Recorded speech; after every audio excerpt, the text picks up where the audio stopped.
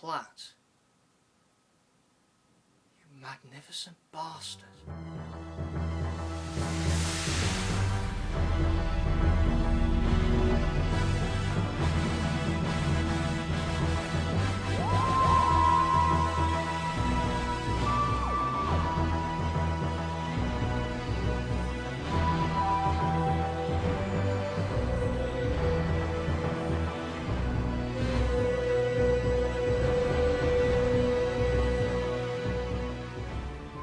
I am just over the moon right now. I can really see why this book is regarded one of the best Doctor Who stories ever written. It is just magnificent. Yeah, definitely believe its reputation, because it is seriously one of the best things I have ever read, and one of the golden stories in Doctor Who history. And I know that, as me as a person, 10 out of 10 is very hard to come by, but did Lungbarrow hit it? If you want to go straight to my review of the legendary Lungbarrow, then there's the time down below. If you have or haven't skipped, let's begin the video. So to the showcasing of Lungbarrow of the 7th Doctor and Badger on this wooden boat with water down below, with pictures by here, and one of the corridors in the House of Lungbarrow with branches at the top. And that actually just symbolises something about the House of Lungbarrow, but won't say anything about that just yet. It is an absolutely gorgeous cover with the standard stuff, with the New Adventures Lungbarrow by Mark Platt. Then for the side we have the name of the story, Lungbarrow, in yellow, Mark Platt, and the Virgin logo. And then we have the back with the title of the story, a small sentence of the story with the bio, the New Adventures, a bit on Mark Platt, cover designer by Slater Anderson, and the cover painting by Fred Gabino, with the prices when it was actually released. And now I will read the bio. All is not well on Gallifrey. Chris Kretsch is having someone else's nightmares. Ace is talking to herself. So is K9. Leela has stumbled on a murderous family conspiracy. And the beleaguered Lord President Romana Director foresees one of the most tumultuous events in her planet's history. At the root of all in an ancient and terrible place, the House of Lungbarrow in the southern mountains of Gallifrey, something momentous is happening there, but the house has inexplicably gone missing. 673 years ago, the Doctor left his family in that forgotten house, abandoned, disgraced, and resentful. They have waited, and now he's home at last. In this, the 7th Doctor's final new adventure, he faces a threat that could uncover the greatest secret of them all. And then for the book itself, inside it contains a prologue and 34 chapters, but no epilogue. Now to the review of Lungbarrow by Mark Platt.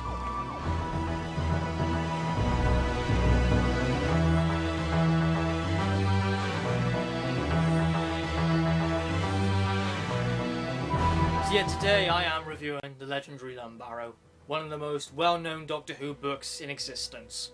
Now it is really nice how Lungbarrow earned its rarity, as when these books were printed and they heard the premise of Lungbarrow, people went crazy. They just immediately just bought the book, purchased it, and it sold out so quickly. The first printing of it went so quickly.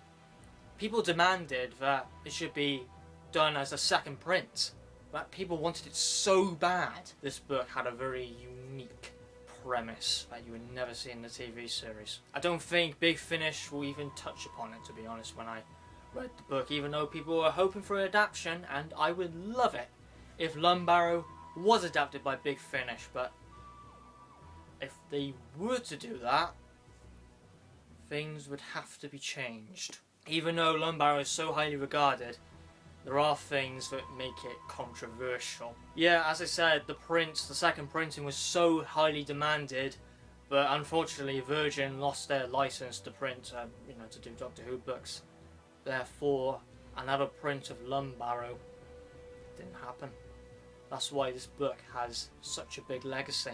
Most people are being a little bit sensible now with putting this on eBay, but when I'd done my research, and when looking back in like the year 2000, really early, this book was like goddamn gold. So yeah, Lungbarrow is not as rare as it was back in the day, same with the Dying Days, and Soval's Sin. Again, a little bit different stories of how they became rare, especially Soval's Sin, but Lungbarrow has a nice legacy to it, how it became such a rare book. But with more Doctor Who books coming out and their rarity starting to hit, there's actually quite a lot of Doctor Who books rarer than Lungbarrow when doing research. Now I have to do my review a little bit different in this one because I don't want to spoil Lungbarrow for anyone here, because it's such a unique story. It's just so unpredictable, so clever, intelligent writing in it. I don't think it's my place to say anything spoiler, nothing, because I think the best way to go into Lungbarrow is to know absolutely nothing about it. I'm going to give you the basic plot line of it, but I'm not going to go into its more deeper territory. So I'm going to divide this review in two sections. First part is the non-spoiler review, where I just talk about it, no spoilers whatsoever. But if people want to hear the spoiler sections, if they already know it, or they just want to know, then they can watch part 2 if they want to, but be warned, it will spoil other Doctor Who books. Just making you aware of that, and Lungbarrow as well. Because I know there's probably people out there who want the physical copy, they've already got the physical copy, but haven't read it yet. But if you're watching my review and you haven't read it and thinking, maybe TJ might go into spoilers, don't worry, my first half, I'm not going to even touch upon it. You're safe in part 1, just don't watch the second part of the video, and you should be absolutely fine. But yeah, in the second part, I will explore on the things such as the House of Lungbarrow, the looms, the other, and all that snazzy stuff within this book, which will definitely give you a shock. And again, people will think, maybe I would like to not really put this in Doctor Who's canon, which is completely up to you. This one really is diversified when thinking about Doctor Who's canon. If you ask me, yeah, I would put it in Doctor Who's canon, because if you're talking to me, I pretty much put everything in Doctor Who's canon. Audio's Big Finish, of course TV, and the books. Because when people are talking about canon, they only just talk about the TV series and that's it, no Big Finish or no books, but personally I count mostly all of it as canon to Doctor Who, because I just prefer it that way. So yeah, what makes Lungbarrow such a big book and why everyone wanted it is that the 7th Doctor is confronting his family, which is the main premise of the book, and this is probably one of the most darkest times for the Doctor. As when you go right to the beginning, where the Doctor left Gallifrey, I like to think he left Gallifrey because of this reason. He abandoned his family, and he does not want to return to Gallifrey. He's worried. He's full of guilt that he left his family, and the Doctor's family, they've been suffering, and they're going through some terrible times, they are. And the Doctor just abandoned them. He doesn't want to go back because he's abandoned them for 700 years. So the premise is very deep, that he abandoned his family from the beginning when he went with Susan, the Doctor's granddaughter, through time and space. And that's what I like to think, why the Doctor left Gallifrey, because of what happens within Lungbarrow. And I guess in a way it can sort of connect with the beginning story. I've heard some people say that, the Big Finish story, but I haven't really listened to that story myself, and I actually don't even have it. So yeah, what's going down within the House of Lungbarrow is that there's been murders happening with the Doctor's cousins being killed. And this, whoever it is, has not been discovered who's been bringing these murders to the family. And yeah, the Doctor is dragged into these events, facing his family again and trying to uncover this murderer. And yeah, this book really does show the darker sides of the 7th Doctor. The 7th Doctor is seriously growing on me when I'm experiencing the Virgin New Adventures. I am loving the 7th Doctor so much. I would say his Doctor has the most depth, it does. Out of all the Doctors, he has the most depth to his character. And I am absolutely loving the Virgin New Adventures, just absolutely adoring them. It's really boosted the 7th Doctor up my rankings, because he's never been one of my favourite Doctors, but I'm thinking otherwise when experiencing the Virgin NAs. So yeah, it really does get going with 2 plot lines, with the first one being within the House of Lungbarrow, where the Doctor and Chris are at, and the second plot line is more a very long interconnected subplot on Gallifrey with Romana, Leela and Ace. And Gallifrey is in a bit of a crisis. Romana is struggling to have power over Gallifrey. It's a bit of a political dilemma going on there, as there are other Gallifreyans rallying up against her to get her off president of Gallifrey. And Romana's put in this very difficult dilemma of don't know who to trust, friends or foe. And she is trying her best to calm down Gallifrey. Yeah, it's a very political story without long subplots. Fans of the Gallifrey series will definitely love that part of Lungbarrow. And as well, from the back bio of it, it says Romana has brought the 7th Doctor for a dark purpose, but of course I'm not going to say what that is. There is a very strong positive about Lungbarrow, which makes it just one of the best things ever written. It's got very unique atmosphere. Nightshade has fabulous atmosphere. I would say Nightshade's atmosphere is thicker, but Lungbarrow's atmosphere, it is very abnormal. It gives you these little chills because this atmosphere is like a fear of the unknown. When the Doctor and Chris were in the House of Lungbarrow, every single page, I just didn't know what was going to happen. It was that good, the atmosphere, and had a really strange dark gothic feel to it, which reminds me of like Hammer House of Horror, but I wouldn't really put it as Hammer House of Horror because it's got such a unique atmosphere, and Mark Platt explains it in such fantastic detail, and Mark Platt's imagination is brilliant. The House of Lungbarrow has just got some really strange and weird concepts to it, like huge furniture, wooden giants, living paintings, and really absolutely bizarre backgrounds and atmosphere and architecture as well. Even though if I just show the front cover, have these overgrown like branches on the top by here. It's got a very unique atmosphere, very gothic. I want Mark Platt to do things like this. I want him to use his imagination in other Big Finish stories because he has got such a clever imagination.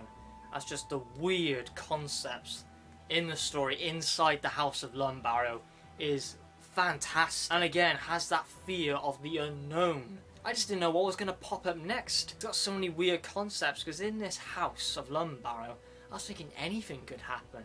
It's got such a bizarre and abnormal atmosphere to it. It's like the Mind Robber. It throws unexpected things at you, but it's just a lot more unique in Lungbarrow. I can't really put my head on it, but its atmosphere is like the fear of the unknown. That's the best way I can describe it. You have to read it for yourself to understand the atmosphere I'm trying to explain to you. So much originality and imagination. It's fantastic. So well done for Mark Platt. The atmosphere is just so well done, so well detailed, and the book feels very intelligent. I don't think no other person, no other writer, no one can replicate this atmosphere. So I have a little bit of a fear, I do.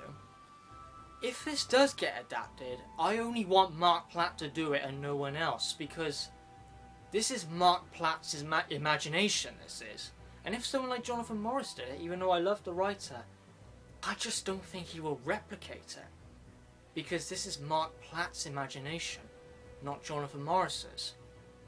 So I just don't think he can copy it. No one can copy this because it's so original. And I only think Mark Platt can do it. No one else.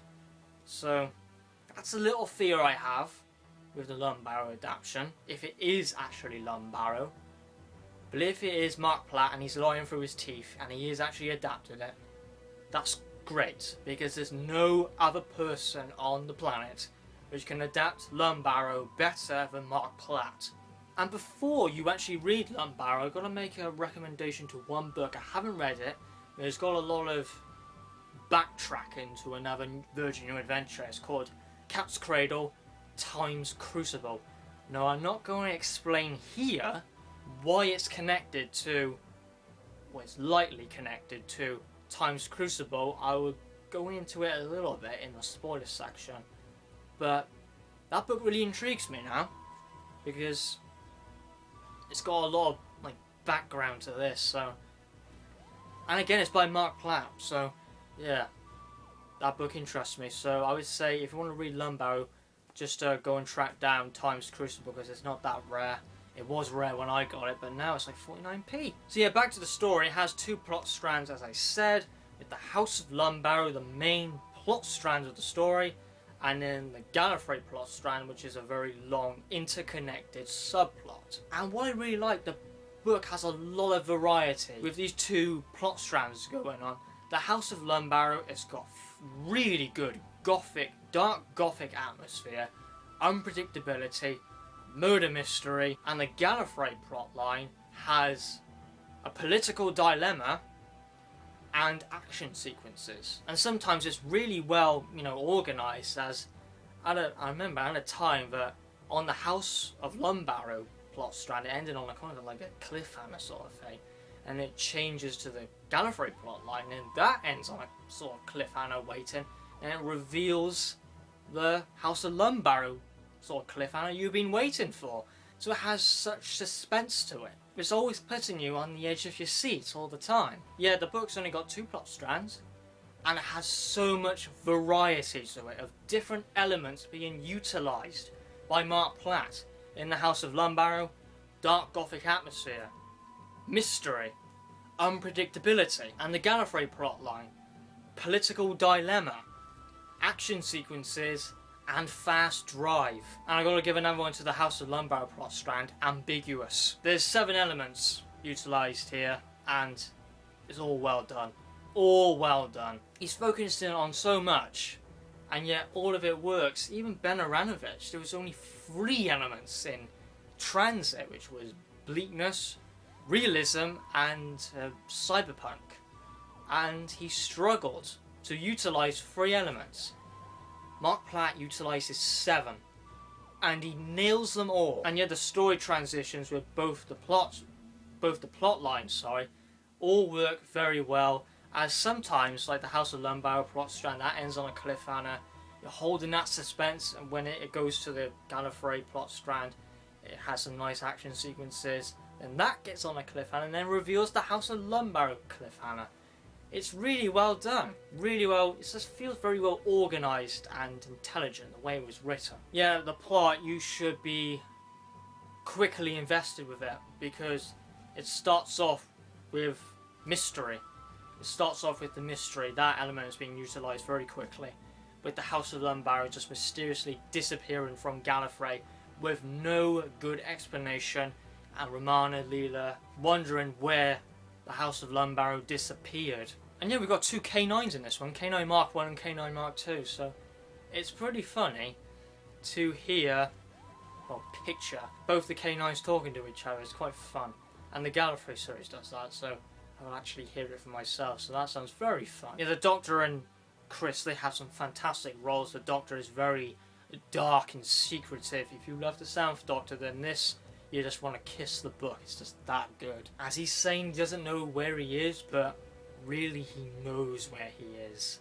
And there's no escape now. He's facing one of his darkest fears. And yeah, Chris has a very interesting part of the book as well. As he's witnessing these visions of seeing the Doctor in the past, in the House of Lungbarrow, and also visions that are coming up. Yeah, I'll talk about Leela, who is in this book. This is the only time Leela has been served in the Virgin books. Hasn't appeared in any other Virgin New Adventures, and no Virgin Missing Adventures. That does suck a little bit, because she is my favourite companion, but here, Mark Platt delivers.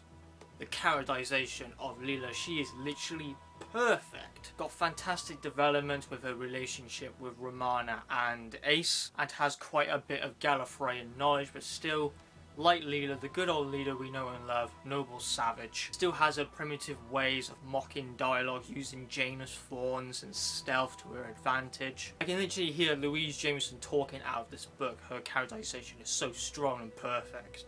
Characterisation absolutely fantastic for Leela. Ace, however, something a little bit odd and weird happening with Ace when she first appears in that chapter 3, called Talking to Herself. As Ace in that, she's literally talking to herself as 2 different people. I can sort of explain it a little bit like the 11, where he has like multiple incarnations within his head, all his regenerations. But here it's like Ace is talking to herself, but there's two parts of her character. One being Ace and the other being Dorothy. I was a little bit confused with that, so I could have missed something in a previous book, you never know. So maybe I have to ask someone that if it's like in another book, or I might have missed something in the book Lungbarrow, because it happens. When you read a book, there's always things you miss. But yeah, I'll go back to the Gallifrey plot. Yeah, it actually does get going quite well with some nice action fighting sequences, and it's really nice to see Leela and Ace working together. And of course, you can see Leela and Ace being a perfect team. And yeah, Romana, fantastic characterization for her in this crisis to keep Gallifrey calm. And yeah, she herself is very calm in this situation, but at moments you can feel that she does have a powerful voice. And yeah, soon eventually, around about the 200 page mark, because they were looking for the House of Lungbarrow, which mysteriously disappeared, try and track down the Doctor, so Gallifrey gets moved away a little bit with that plot line, that subplot, and then Romana, Leela and Ace actually get into the main plot within the House of Lungbarrow. Yeah, back to the House of Lungbarrow plot, it was pages 1 to 100 is more explain the atmosphere and Mark Platt's imagination, these weird concepts. Now that the reader has got that idea in his head for what the House of Lungbarrow looks inside, with its weird concepts and very surreal atmosphere, now it's focusing on the characters, the family within the House of Lungbarrow. It starts off with character drive now, with the Doctor interacting with all his family members and the housekeeper, like in a set, and this character by here, Badger. Eventually the Gallifrey plotline is just diminishing, just throwing that little subplot away and focusing on the main plot. So yeah, the Lungbarrow plotline gets all of like 200 to page 300. So yeah, that Gallifrey plot just eventually just fades away. But yeah, it doesn't get forgotten about though. So yeah, pages 100 to 200 is just exploring the Doctor's family within the house and the murder mystery now creeping in and murders being taken place. So it actually turns into a really good murder mystery. And of course, murder mysteries always drive a story very well, and it's a very good murder mystery. It will try to fool you, this book, as it gives you a reason to like blame all the characters, thinking, I think he's the murderer, maybe him. It really does fool with you and make you think of all the characters, for they all are suspects. Some of them are a little bit shifty, quite strange things to make them a suspect. Some of them are keeping far out the background to try and hide themselves, so it makes you guess on each of them. But yeah, there was like an odd one or two characters I thought, don't think he or she's the murderer. But yeah, with the amount of characters in the house, it really keeps you guessing. And yeah, by this part of the book, we have information on the looms. And yeah, I know nothing on the looms until I read this book, because I stayed away from TARDIS Wiki. And yeah, I did the right thing of staying the hell away from TARDIS Wiki, because all that site does is spoil stuff for you. And yeah, it's interesting. The looms, I will cover it in the second part. Yeah, the middle part of the book, things just slow down a little bit, because it's not a really fast-paced book, this one is, and it just goes a steady pace. It doesn't go like a roller coaster up and down, pacing's all over the place, it goes right up like that. It just is very calm, the book, of how it's paced out. But it always has a tense level throughout the entire book. So yeah, I think it's very well calmly paced out. And as I said, when you like turn every page, it's always very exciting to you. So I'm not expecting people to absolutely fly through the book. They're not really slow as it's dragged out and pacing is a little bit sloppy. That's not the problem with Lungbarrow. It's just very steady pacing. Yeah, for this review, I'm not covering anything about the characters, because this is such a good murder mystery, I don't think it's my place. I will name all the characters for you and just give a little brief bit of information on them, but that's about it, because there's just so many great characters within this book, and you have a reason to suspect each one of them for these murders. So you know the Doctor, Chris, Leela, Romana, and Ace in the story, but of course they're not going to be the murderers. And yeah, for the supporting characters, I'm probably not going to remember them all, but it's Jubiska, Uwis, Inaset, RQ, Quenis, Safroop, Rind, Maljamin, Frag, Almond, Cilicia, Trover, Salpash, and Lutton. I think that's everybody. Yeah, I think that's everyone. I can't think of anyone else. Hold on, I'm just gonna check the wonderful page of TARDIS Wiki. Oh no, I named all the characters within the House of Lungbarrow, but other ones I didn't mention, like other supporting characters not associated with the House of Lungbarrow, is Castellan Aldred, the 2K9 units, Rodan and Lord Ferrain. Oh yeah, as well. Yeah, Badger is associated with the House of Lungbarrow.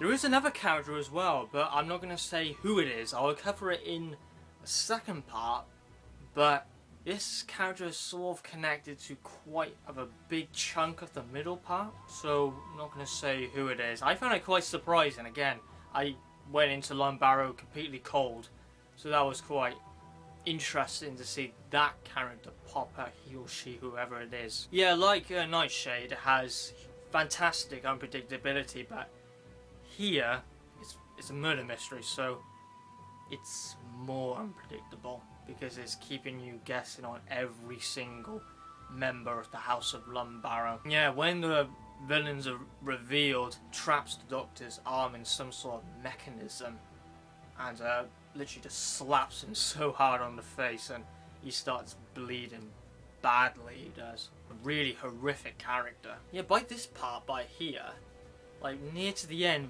really creepy stuff happens with the, the house. It feels like it's alive, furniture moving, these really creepy apparitions of people who were murdered in the house and just blood is oozing down them as they're from the House of Lungbarrow, and like the sort of spiritual visions are still there, haunting. Yeah, it was a really creepy moment of one character who was murdered and he's just standing there completely emotionless and blood's running down him or her. Yeah, that's where I'm going to end it for part 1 of Lungbarrow, because I just don't want to go into any more. Yeah, by the 3/4 mark, things just get so tense with the house being alive, no one can escape the house, murder's going on. This really psychotic character who is the murderer, and seriously creepy with apparitions. By picturing it, it's a really creepy story and full of imagination. So yeah, before getting into part 2, I have to rate it here and then say goodbye to the people who won't see the spoiler section. And I don't blame them if you want to go into Lungbarrow completely cold, because trust me, it's the best thing to do with Lungbarrow.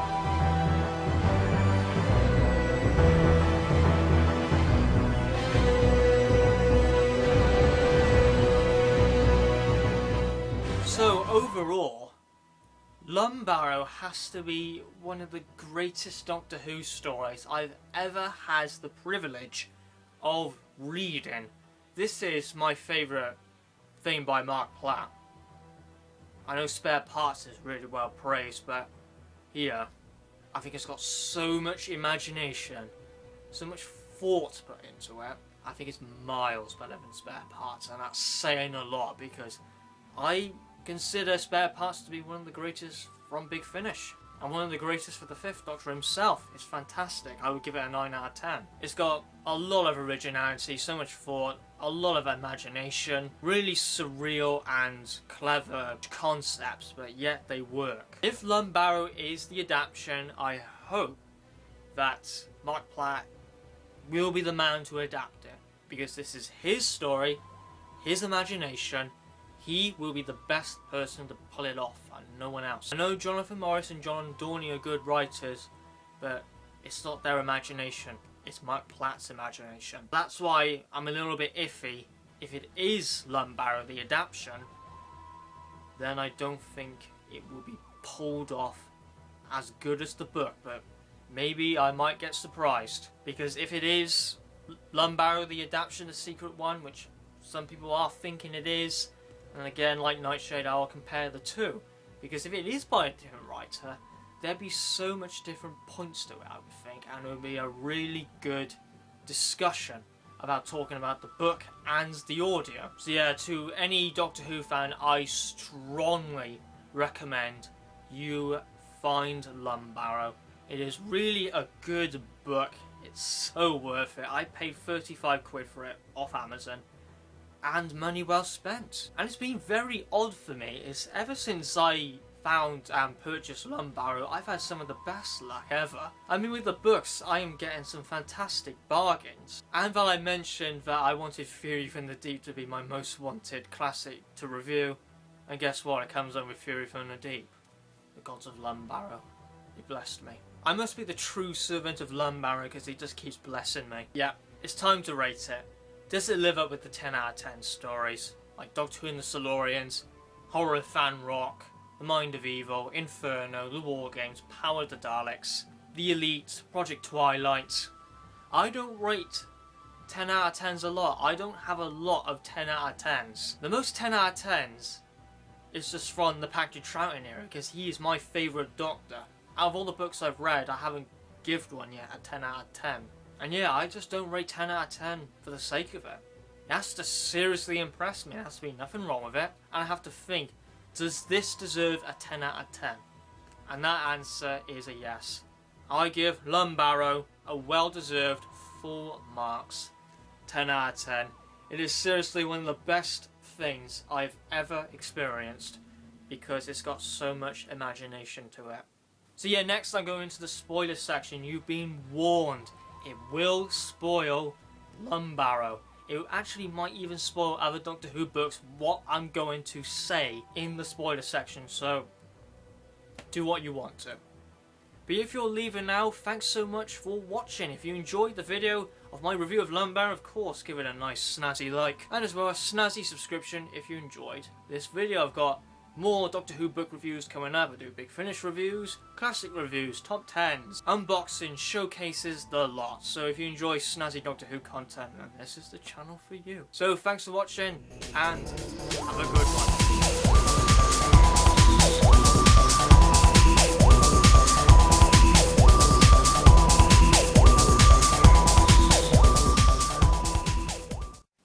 Right, now to the spoiler section. So first thing, I'll talk about the looms. Now what the looms are, within each Time Lord family in each house, they have their own individual family loom. And yet the Doctor was born from this loom in the House of Lungbarrow. And yet different families have different names, different house names, like the House of Lungbarrow, the House of Red looms. Each house is named different, and these looms, they birth new Gallifreyans, but not as children, but as adults. These adults have to go through education just like children. Now the looms were created by Rassilon and were used to grow the Time Lord race during the dark times of the Pyther Curse. This was during ancient Gallifrey at the time of Omega, Rassilon and the others. And yeah, since it is the spoiler section, I can cover other members of the House of Lungbarrow. Of course, Braxitail will be a part of the House of Lungbarrow, as that's the Doctor's brother. The Doctor's father was also a member of the House of Lungbarrow,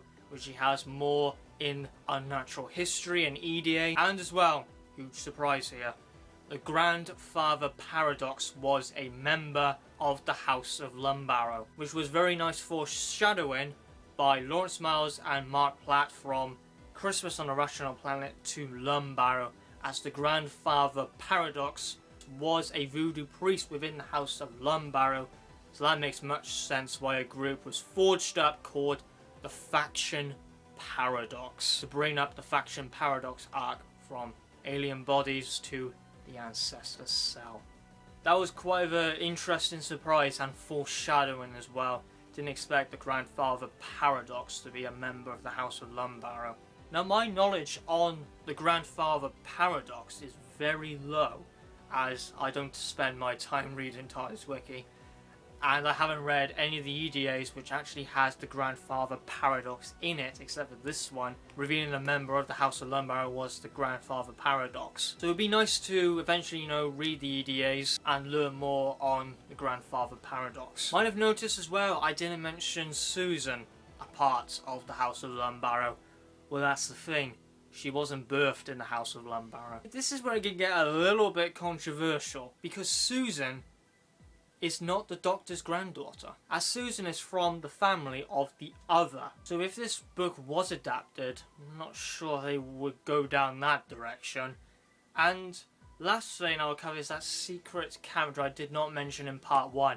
It is the first Doctor. Again, playing quite an integral line of the story. So yeah, I think that's all I'm going to go in for spoilers of Lungbarrow. I did warn people. It's really up to people if they wanted to watch this part. So thanks for watching, and have a good one.